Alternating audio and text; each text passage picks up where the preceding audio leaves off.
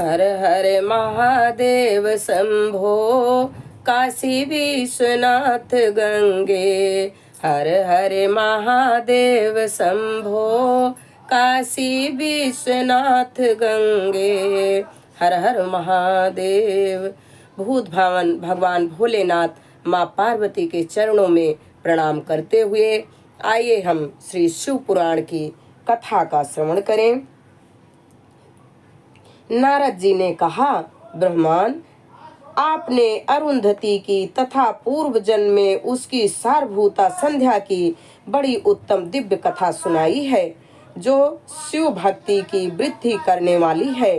धर्मज्ञ, आप भगवान शिव के उस परम पवित्र चरित्र का वर्णन कीजिए, जो दूसरों के पापों का विनाश करने वाला उत्तम एवं मंगलदायक है।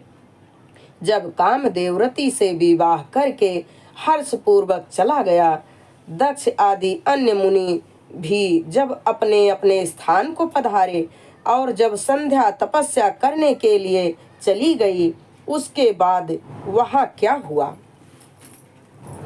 ब्रह्मा जी ने कहा, विप्रवर, नारद तुम धन्य हो, भगवान शिव के सेवक हो, अतः शिव की लीला से युक्त जो उनका शुभ चरित्र है उसे भक्ति पूर्वक सुनो। तात, पूर्व काल में मैं एक बार जब मोह में पड़ गया था और भगवान शंकर ने मेरा उपहास किया, तब मुझे बड़ा क्षोभ हुआ था। वस्तुतः शिव की माया से मुझे मोह लिया गया था, इसलिए मैं भगवान शिव के प्रति ईर्ष्या करने लगा। किस प्रकार से बताऊं? सुनो, मैं उस स्थान पर गया जहाँ दक्ष राज मुनि उपस्थित थे। वहीं रति के साथ कामदेव भी था। नारद, उस समय मैंने बड़ी प्रसन्नता के साथ दक्ष तथा दूसरे पुत्रों को भी संबोधित करके वार्तालाप आरंभ किया। उस वार्तालाप के समय में शिव जी की माया से पूर्णतया मोहित था। अतः मैंने कहा, पुत्रों, तुम्हें ऐसा यत्न करना चाहिए जिससे महादेव जी किसी कामनीय कांति वाली स्त्री का परिग्रहण करें। इसके बाद मैंने भगवान शिव को मोहित करने का भार रति सहित कामदेव को सौंपा। कामदेव ने मेरी आज्ञा मानकर कहा, प्रभु, सुंदरी स्त्री ही मेरा अस्त्र है, अतः शिव जी को मोहित करने के लिए किसी नारी की सृष्टि कीजिए।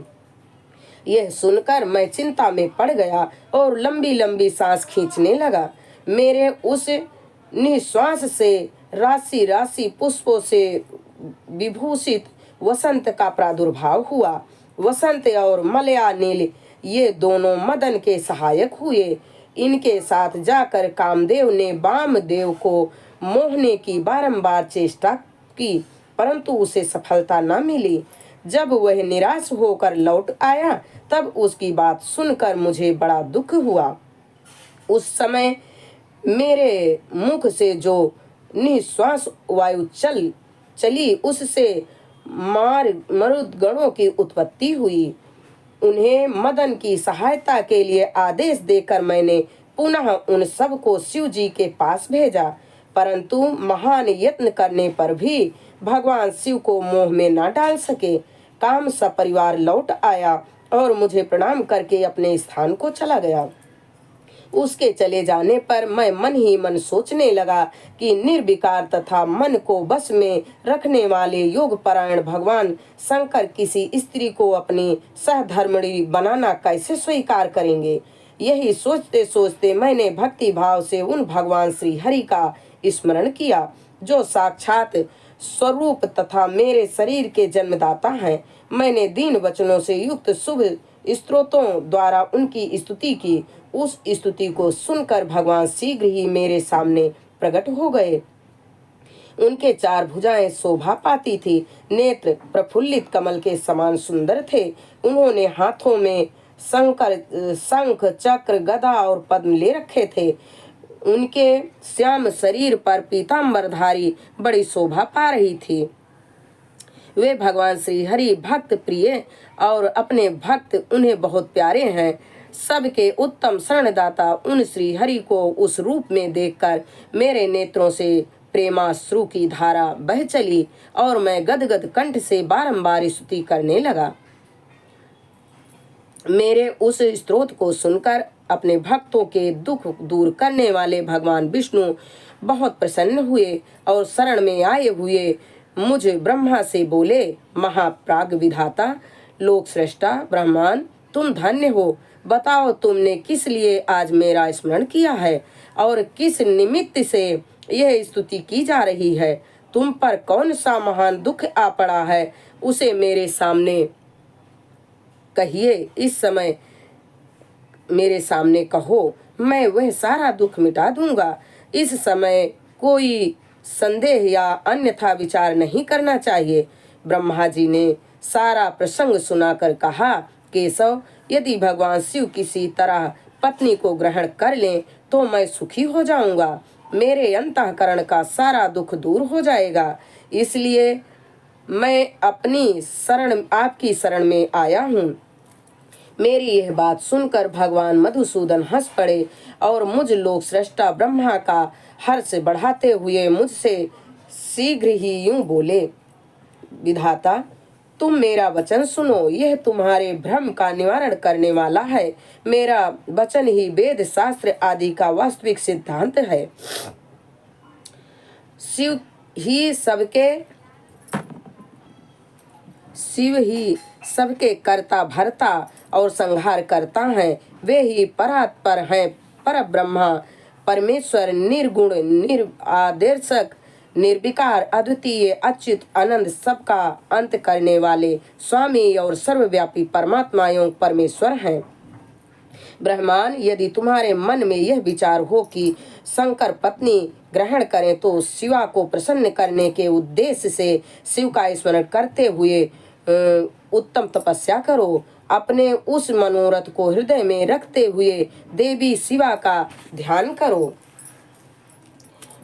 विधे भगवान शिव की इच्छा से प्रकट हुए हम दोनों ने जब उनसे प्रार्थना की थी, तब पूर्व काल में भगवान शंकर ने जो बात कही थी उसे याद करो।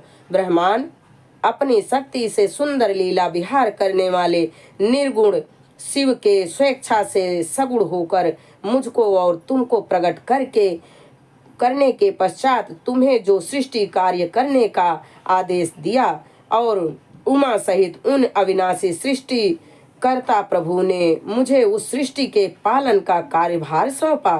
फिर नाना लीला विशारद उन दयालु स्वामी ने हंसकर आकाश की ओर देखते हुए बड़े प्रेम से कहा, विष्णु, मेरा उत्कृष्ट रूप इस विधाता के अंग से इस लोक में प्रकट होगा, जिसका नाम रुद्र होगा। रुद्र का रूप ऐसा ही होगा जैसा मेरा है।